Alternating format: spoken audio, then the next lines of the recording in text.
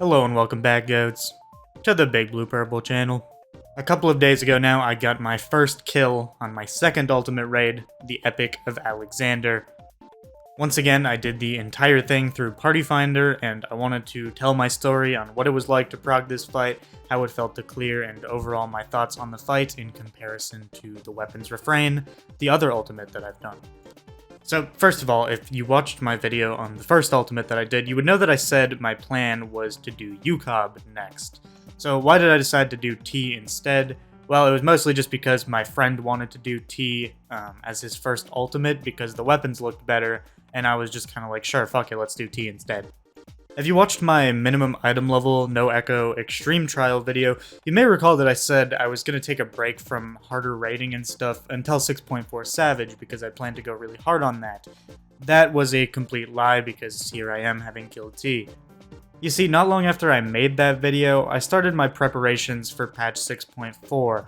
I pentamelded my crafters and gatherers and started focusing on that part of the endgame because I've never really engaged with like the hardcore crafting and gathering before patch day to try to make a bunch of gil or whatever, and I thought it'd be a fun idea to do that and then hopefully make a video for you guys on how much gil I was able to make and what the experience was like. What I noticed while I was prepping with all my crafting and gathering though is that I was kind of bored and most of it was pretty mind-numbing. I started thinking to myself, you know, I could be waiting in a party finder while I did all this anyways.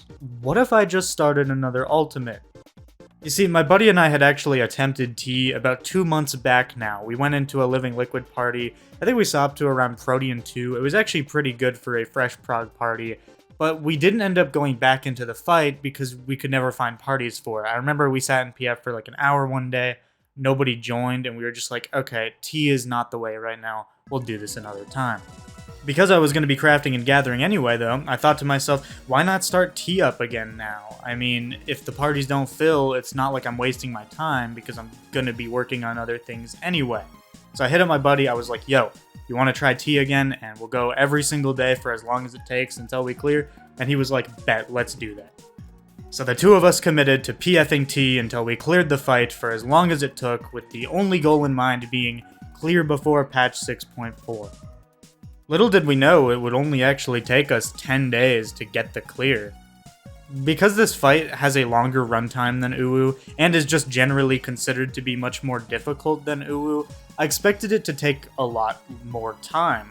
Because Uwu took me 2 weeks, I figured T would take around 3 weeks, hence why we started a little bit before 3 weeks before the patch. I think the key difference that actually helped us clear this one so much faster was just the difference in mindset and mentality.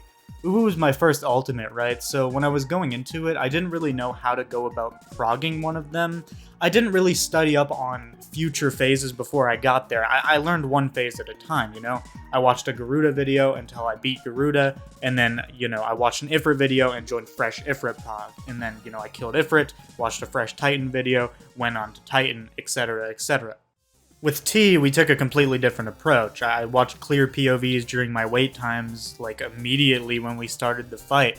I looked over the old bin, the toolboxes and stuff over and over again, which are the strats used on Aether, and I just nailed all of it into my skull before I even got there. I got a feel for what the fight would be like from start to finish, and I just tried to like fit it all into my brain. I think this dramatically sped up our prog time in comparison to when you just kind of take it one encounter at a time. When you know what to expect in the later phases and you have a general idea of how to resolve the mechanics, you end up making more prog than you would otherwise be able to in a singular good pull. And because we were spending so many hours waiting in PF anyways, and by the way, if you've done Uwu in PF and you want to do T, be prepared. The wait times are about twice as bad, I would say, because less people do T, and the later prog points become even harder to find people for. One day we waited, I'm not kidding when I say this isn't an exaggeration, we waited 6.5 hours to find a party one day. We literally went about our day, like, did other things. I remember leaving my computer, going for a walk outside, and coming home an hour later to see that nobody had joined the party. So case in point, you have a lot of time to study this fight while you're not actually progging it. And if you're anything like me and you get kind of obsessed with the goal you have, like I got very obsessed with clearing T, so I ended up just studying the fuck out of these clear POVs whenever I wasn't in the fight, because my brain was like, man, I really want to practice T, I want to do more T, but I can't find people, it's too late at night, or the party's not filling, etc, etc. So, you know, I'm just going to watch more clear POVs and look at the toolbox even more. That kind of drive and motivation really, I think, helped push us towards this clear faster, since both of us took it very seriously and both of us spent a lot of time studying this fight outside of just hitting the boss. The other thing we did to ease the wait times a bit, and this is something I suggested for Uwu, and I just suggest for every ultimate you plan to PF, is make some friends along the way. If you notice someone who's consistently doing the fight well, you think they're a good player, and you want to prog with them again, send them a friend request. If they think you're consistent, or they feel the same way at all, they're going to accept it, and they're going to add you back. You can make a nice little link shell, and you can just get some people together who have the same goal in mind as you, and just work together to make some progress. It's a nice way to have some consistency without having a static, because nothing is binding you to playing with those people you put in a link shell or add to your friends list. You just now have another option of like, oh, if this person's online, we can prog together and the party might fill faster. We met some really cool people this way, and we just bonded a lot through the shared suffering of doing this fight, complaining to each other about seeing super dumb wipes from that one player who forgot to bait BJ jump or whatever, you know. It was just a great way to make some friends, have some conversation, and just bond over the pain of this fight. Now, in terms of the PF experience of this fight, which parts were the easiest, which were the hardest, what did people get walled on the most? Well, what sets T apart from Uwu so drastically is the reversal of the difficult parts, and what I mean by that is Uwu is extremely backloaded, right? The hardest parts of the fight are Annihilation and Suppression, which are right at the end. With T, it's the reverse. The hardest parts of the fight, being Limit Cut and BJCC, are right at the beginning of the fight, right after Living Liquid. So you end up practicing them a lot more, but prog is a lot slower as a result, and some days just feel completely hopeless when you're seeing no new mechanics and you're just dying to fucking Limit Cut over and over again. I feel like for sheer willpower alone, this fight required more of it than Uwu did. The thing with Uwu is prog was really fast until the end of the fight, and by that point you were already so committed to killing the boss that it didn't matter that prog slowed down. In this fight, you get walled right away and the game is testing you like, do you have the patience to sit in PF for 3 hours just to get 10 minutes of Living Liquid wipes and do it all over again? That was the other Party Finder classic experience, and this is a constant among literally all content in the game, including Savage, but like, you would have those parties that get together, you wait for 3 fucking hours, you know, it finally fills, you get in there, and it's just a trap party, and it disbands in 10 minutes, and you never even see Limit Cut. The other thing my friend and I noticed was when someone who had already cleared the fight joined your party, this should be a great boon, right? Like, oh my god, we have a perfect legend with us, like, they know how to do this fight. The problem is, right, their patience is already completely gone with this fight. They only joined your party because they're fucking bored, and they are not going to stay if things go south. We noticed so many, like, perfect legends would join our party, and we'd be like, oh my god, they're gonna help us prog, this is great. And then they just leave after 10 fucking minutes because they have something better to do. And it's like, why waste our time if you don't want to do this fight? Please don't join. But again, these are just the things you have to be prepared for and suffer through to get your clear in PF. This is why people make statics instead. But again, in my opinion, I think being able to prog the fight at my own pace and just being able to join prog points that I feel like I'm ready for is a better pacing and a better overall experience for Ultimate for me. I don't like being on a schedule. I don't want to have to raid at a specific time, even if it means no PF wait times. I just prefer the freedom of PF, I guess. Now, to speak on each of the phases a little bit, Living Liquid was a fantastic first phase in comparison to Garuda, the only other first phase I've experienced. I found Living Liquid so much more fun. The pacing is quick. The dolls are always somewhat tense depending on your crit RNG and whatnot. And doing the movements feels satisfying for a pretty large amount of time. By the 500th pull, yeah, you start to get really sick of Living Liquid, but if I just look back and think about the fight as a whole and how I felt about Living Liquid initially when I first started progging it, I actually really liked it, and in comparison to Garuda, I think it is far more interesting and stimulating, especially as a melee DPS player. Now, Limit Cut, the kind of second part of the fight, I guess you could say, the intermission between Living Liquid and BJCC, it's way different than any of the intermissions in Uwu. Right, in Uwu, you just have Ifrit dash through the middle, and then Titan slamming his fat ass down in the middle of the arena. Those are basically entirely non-mechanics. Ifrit is dodge left or right, and Titan is go to the edge and get healed. Limit Cut, on the other hand, is a whole ass wall of a mechanic. You're going to get assigned a number 1 through 8, and you need to know what to do with that number 1 through 8. Aether PF uses the 1, 2, 5, 6, 3, 4, 7, 8 strat, which basically splits the party based on those numbers and resolves the mechanic that way. Limit Cut is a mechanic that looks incredibly intimidating at first, and it's probably one of the scariest mechanics to stare down when you're new to it, but honestly, it's so much easier to learn than it looks. It's just a matter of counting the explosions and knowing when to press your knockback. Once you figure out that the 1, 2, 5, 6 side just counts to 3, and the 3, 4, 7, 8 side just counts to 4, it becomes so much easier to resolve this mechanic. After you do it a lot too, it just becomes muscle memory where you don't even bother counting the explosions anymore. Your brain just subconsciously is like, okay, time to take my cleave. And like the timing is just ingrained in your goddamn brain because of how many times you have to do Limit Cut anyway. BJCC, the second phase of this fight, and also the most difficult part of this fight in my opinion because of how punishing it is an incredible second phase, and it's so much better than Ifrit was in Uwu. I would argue that Ifrit might be the easiest phase in Uwu. I mean, maybe Garuda's easier. To be honest with you, both of those phases are just complete jokes. There's nothing difficult about them as a DPS player. Maybe as a tank or as a healer, there's more going on with, Searing Wind and Busters and stuff, but man, as a melee DPS, those two phases in Uwu are so sleeper mode as a melee DPS. BJCC is like never sleeper mode because the Nisis can be so stressful. Basically, he's going to give the party Nisis, he's going to give it either to 4 DPS or 4 tank healer, and then those Nisis need to be kept alive and passed around throughout the entire encounter, because at the end of the phase, he's going to cast Gavel, and Gavel is going to check if everyone has the right Nisi, because you're going to get different buffs and debuffs that tell you, hey, you need this Nisi, or you need this Nisi, right? And then he's going to check you at the end of the phase and be like, do you have the right Nisis? If one person is missing the right Nisi, has the wrong Nisi, doesn't have a Nisi, etc., it is a wipe, you are back to Living Liquid, and you are not passing the phase. It's not that any of the individual mechanics you have to resolve in Phase 2 are so much harder than anything else in the fight. They're actually pretty simple. Like, water and lightning are very easy to resolve, and a lot of the responsibility in this encounter is placed on the healers and ranged. But because just one death is a guaranteed wipe, because you either lose the Nisi, or you lose the buff that tells you what Nisi you need, and if you lose either of those things, you're dead. It's a wipe. You have to go back to Living Liquid, there's no way to recover it.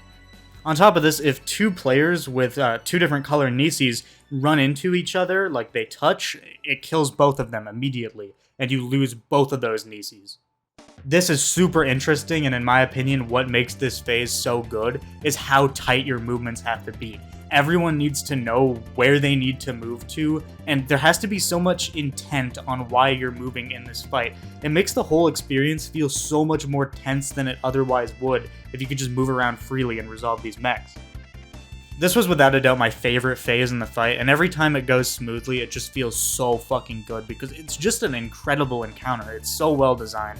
The Nisis are probably my favorite mechanic in this game so far. I feel like they're just executed so well and they're so fun to resolve. After Phase 2, surprisingly, is actually where this fight starts to slow down quite a bit and become quite a bit more forgiving. You can get away with deaths in Phase 3 and 4 pretty easily, provided they're timed well. And the mechanics are very much resolved by just understanding this debuff needs to stand here, or this debuff needs to stack with these people. Basically, this is where all the POV watching and toolbox reading came in handy.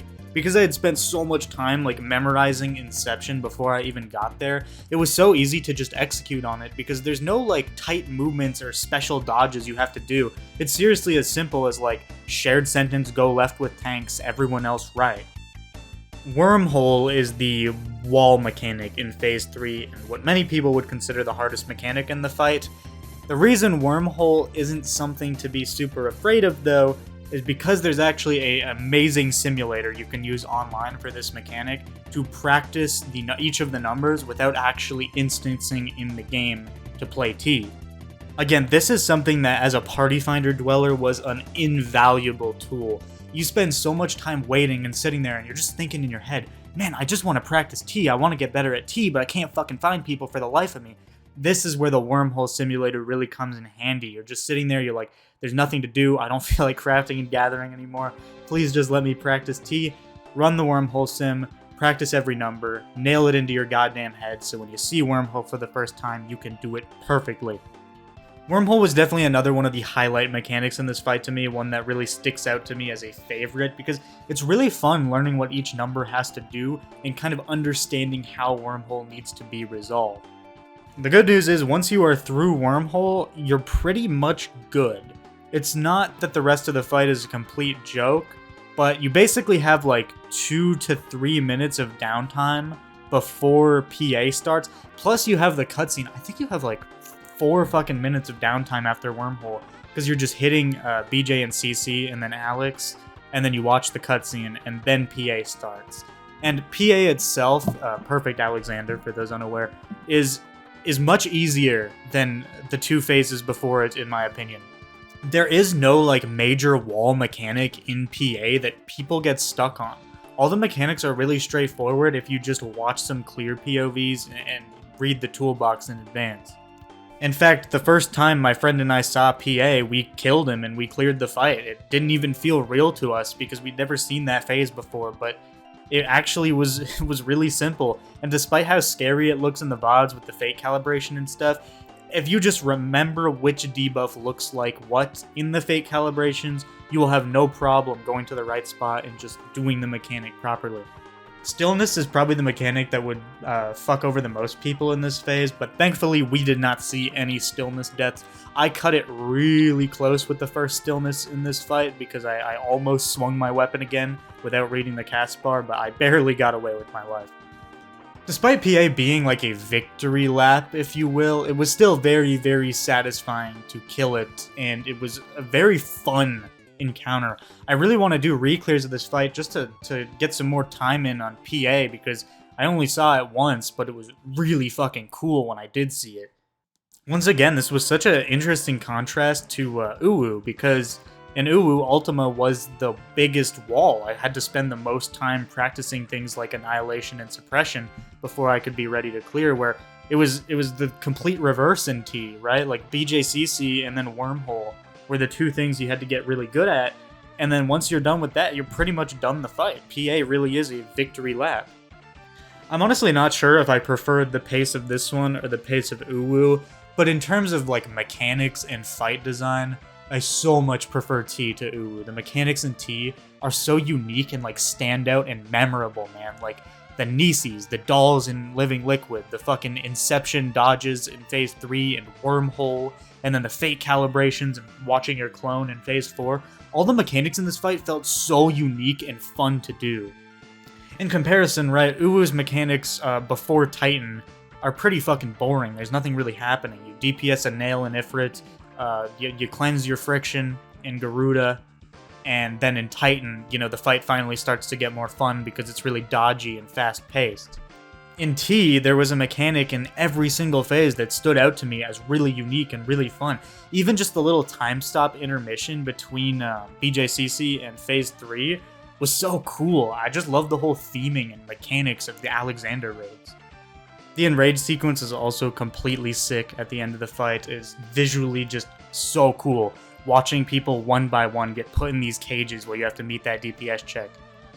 And then in terms of personal deaths on the clear run, I unfortunately had 2 of them, which was pretty sad.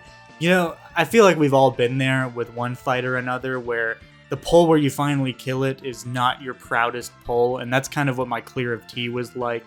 The 2 deaths I had were very embarrassing deaths and super avoidable. The first one was to BJ jump right at the end of Inception, and it's just like, how do you get hit by that? Pay attention. And then the second death was technically still my fault, but I blame the game because I died to a Trine snapshot, and I couldn't see if I was in the hitbox of it or not because fucking Alexander is huge. You can see it in the footage, and it's like, yeah, it's my fault, but I'm still salty about it, and I'm still gonna blame the game anyway. Otherwise, though, I am so happy that I decided to do this fight. It was an incredible experience. Without a doubt, the best fight I've ever done in this game. It was a lot more fun to learn and to execute on than Uwu. I feel like it was a lot more satisfying to complete as well. Maybe having a friend with me for prog also made it more enjoyable. When you're in voice chat with someone else who's going through the same bullshit as you, and you just have someone to complain with about, you know, mechanics or party members or whatever the fuck is happening right now, it makes the whole experience a lot more chill, and you create a lot more memories through it with that friend. So yeah, as it stands now, T is my favorite fight in this entire game, with my favorite part of it probably being BJCC. But Uwu is still a fantastic fight, and I don't want to sit here and tell you that Uwu sucks or anything now that I've cleared T, because Uwu is incredible, and I still think people should definitely do that one, because it's such a cool fight, and I love the Ultima and Titan phase in that fight still.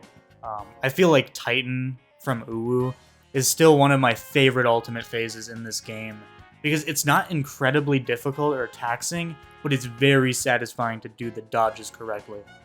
Otherwise, I once again encourage you, if you stumbled upon this video because you yourself are interested in doing T or doing Ultimate, but you're afraid to try it because people online tell you it's way too hard and you need to clear 800 Savage fights first and you're not experienced enough to do it, fuck 'em, man. Get in that party finder and start progging. I still haven't killed a Savage tier. I want you to know that. P8S, still haven't done it. Yeah, I've done P5 through 7, but like, those fights are fucking brain dead and they're just not even close to the same thing as an Ultimate. I don't even think Savage and Ultimate are similar to each other in this game, because the progging experience of Ultimate is so much different than the progging experience of Savage, and I personally just enjoy Ultimate so much more. So hey, if you're someone like me, you're obsessed with like the T weapons or the Uwu weapons or the title or whatever it is, the design of the fight. That's what it was with T for me, actually. Was obviously the weapons are fucking amazing. They're probably my favorite ultimate weapons in the game, but I remember watching T clears back when I was like playing this game like a year ago and thinking like, this fight looks insane. I don't know how I would ever learn this, but these boss fights and these mechanics look so cool. I would love to do this one day. Lo and behold, we made it here. So please, if you're someone like me, I encourage you not to hold yourself back and not to listen to the idiots online telling you that you need to clear 500 Savage fights and 800 Extreme Trials before you can try Ultimate. Just do whatever you want. If you want to do something in this game, just fucking do it. Don't listen to other people. It's that simple. Otherwise, for my personal goals going forward, first of all, man, it doesn't even feel real to me that I've cleared 2 Ultimate fights now. Just like 6 months ago, this felt like a distant dream, and now it's actually happening. Like, I think DSR is probably what I want to do next, because DSR was always that fight that I looked at and was like, this is impossible, I don't think I can do this. Like, I just want to shatter that illusion now, and I just want to go in there. I understand DSR will probably take a lot longer than both T and Uwu did, but I also think it'll be a lot more rewarding and a lot more enjoyable. Everyone I know who's done DSR just talks about how fucking amazing that fight is, and that just, like, makes the fight so much more alluring to me. I want to get in on this whole DSR fun shit. Like, that fight looks incredible. That being said, I do still have UCOB to do, which I might end up doing first. It's just, oh, being a Reaper main at level 70 is just so fucking boring. Like, if you've played Reaper at level 70, you know what I mean. That job is so nothing. It feels like the job doesn't even have any buttons at level 70. So that's, I think, why T was also very enjoyable to me in comparison to Uwu, was I had way more buttons to think about, which was great. But yeah, it'll probably be a good while before I step foot into another Ultimate. I really want to do this 6.4 Savage tier as my first on-content Savage tier. It was really hard for me to motivate to do Abyssos when I was like 8 or 9 months late to it, because what's the point of getting Abyss? What's the point of clearing these fights anymore? Especially when 6 and 7 were just so bad. Like, I don't know if this is a hot take. I don't think this is a hot take. I think a lot of people feel this way. I just thought 6 and 7 were just really fucking boring and just not satisfying to complete. PFing them sucked. And by the time I had cleared 7, my interest in doing 8 was just completely gone. I know a lot of people say 8 is a great fight, and I would probably enjoy it, but I just don't have the motivation to go get Biss that will expire in 5 days now or whatever it is until patch. All in all, though, I'm looking forward to Savage. I'm looking forward to going hard on that tier. I had an amazing time doing T, and I absolutely love this fight. And if you're someone who went and cleared Uwu after I cleared Uwu, if my video inspired you in any way, I hope that this video can inspire you to get out there and go get your T cleared, because I'm telling you, man, T is one of the best things I've ever done in this game. It's so fucking fun, and I think you'll really enjoy it if you give it a chance. Otherwise, this video has gone on for far too long because it's way too easy for me to just sit here and talk about T. I seriously love this fight. Like, the passion I have for this fight is so much stronger than anything else I've done in this game. I really want to do re-clears for this fight, whereas with Uwu, I kind of just lost motivation as soon as I killed it. I actually really want to do re-clears of this fight and get more weapons, so I'm totally looking forward to that as well. Thank you all for watching. Remember to drop a like, but only if you did, and subscribe to the BigBluePurple channel if you're not already. If you want to keep up with my journey on getting better at harder content in this game, and overall just the things I do in 14. You know, when 6.4 comes out, I'm probably going to make a video about crafting and gathering, provided I was able to make a decent profit from pentamelting. So yeah, feel free to subscribe if you're just interested in hearing what I have to say about this game or the journeys I go on in this game. Anyways, it's like 5 days until patch at the time of recording this, so go get your T clear real quick. You got 5 days. Chop chop.